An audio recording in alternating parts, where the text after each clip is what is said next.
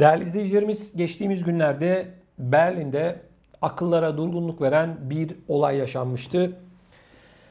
Bu olayda maalesef aynı aileden 5 kişinin öldüğü ortaya çıkmıştı. Olayın perde arkasında herkesi çok kahreden, üzen bir durum çıktı. Ailenin babası önce eşini, ardından 3 çocuğunu öldürüyor ve daha sonra da kendisi intihar ediyor. Sebep de yazmış olduğu mektupta arkadaşlar. Bu yazılan mektupta korona nedeniyle insanların geldiği noktayı bize çok enteresan bir şekilde, acı bir şekilde anlatıyor. Yazılan mektupta şu ifadeler var. Eşine sahte korona testi sonucu aldığını, eşinin iş yerinde bunun fark edildiği, patronunun bunu fark ettiğini ve kendilerinin cezaevine girmekten korktuğunu, bu nedenle de bu cinayeti işlediğini itiraf etmiş, yazmış. Şimdi arkadaşlar diyeceksiniz ki böyle bir şey için çoluk çocuğuna, kendine kıyılır mı? İnsanları getirdikleri psikolojiyi anlamak için bu olay ibretlik bir olay arkadaşlar. İnsanlara şimdi bu sıvıları vurmayı zorunlu hale getiriyorlar. Testleri zorunlu hale getiriyorlar. Şu anda bazı mesleklerde bu sıvıların vurulması da zorunlu. Nasıl bir korku, nasıl bir psikoloji yaşıyor ki kendi çocuklarına ve hanımına bunu yapıyor, sonra da kendisine bunu yapıyor, kafasına sıkıyor, ölüyor. Değerli izleyicilerimiz, bu siyasetçilerin yatacak yeri yok. Bütün bu olayların baş sorumlusu bu siyasetçiler, insanları zorla arkadaşlar bu psikolojinin içerisine sokmuş durumdalar. Almış oldukları tedbirlerin hiçbiri işe yaramadı. Eğer yarasaydı bugün gelinen noktada vaka sayıları geçen yılla aynı noktada olmazdı. İşte bak, bir aile yok oldu gitti. Vicdansızlar. O ölen adama da bunu söylüyorum. Ey vicdansız, çoluk çocuğuna, karına nasıl kıydın böyle bir şey için? Hiç mi vicdanın yoktu senin? O çocuklarını nasıl öldürdün sen? Ey vicdansız, söyleyecek çok şey var da gerçekten haberin, bu olayın geçtiğimiz günlerde beni takip edenler bilir, anlatmıştım ama sebebinin soruşturulup ortaya çıkacağını söylemiştim. Şimdi ortaya çıktı. Olayı soruşturan savcı bugün açıklama yaptı. Sebep olarak karısına almış olduğu sahte korona PCR testi neyse onu gösteriyor. Korkudan diyor ki ben cezaevine girerim. Çocuklarım elimden alırlar. Çözüm yolu olarak böyle saçma sapan bir yola girmiş. Almanya'da da bazı şeyler arkadaşlar o kadar sıkı ki insanın ayarını bozuyor.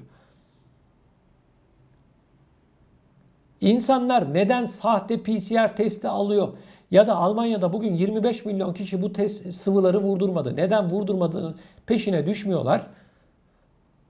Sonucuyla ilgileniyorlar. İşte görüyorsunuz sonucu. Değerli izleyicilerimiz, bir aile yok oldu gitti.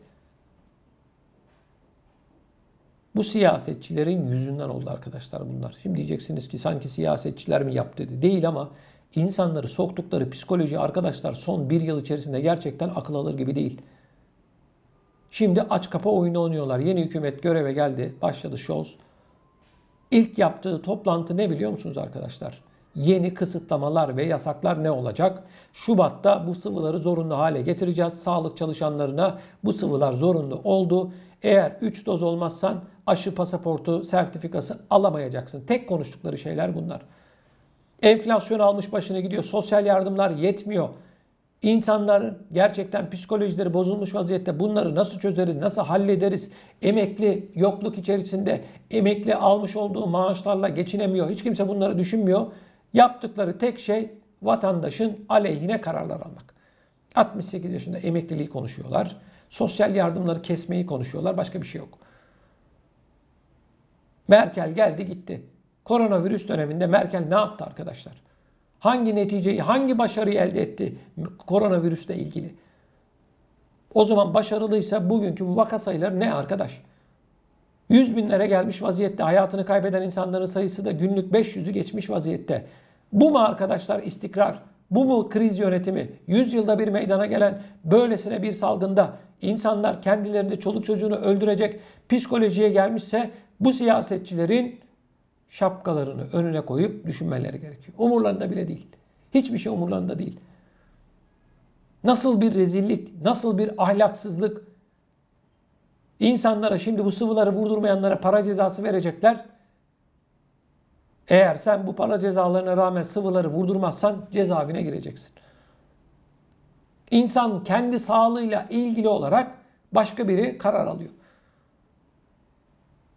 Yanlış anlamayın arkadaşlar. Ben sıvı karşıtı falan değilim. Ben politikaları anlatıyorum, siyaseti anlatıyorum. Doktorunuza danışın. Doktorunuz ne diyorsa o yönde karar alın. Herkesin kendi karar vereceği bir şey. Ben senin adına nasıl karar verebilirim? Sen benim adıma nasıl karar verebilirsin? Rezillik. İşte 5 kişi öldü. İnsanlar intihar noktasına geldiler. Çoluk çocuğuna acımadan, gözünü kırpmadan vicdansız adam hepsini öldürmüş. Sıradan bir haber değil arkadaşlar bu. O çoluk çocuğa nasıl kıydın ey vicdansız?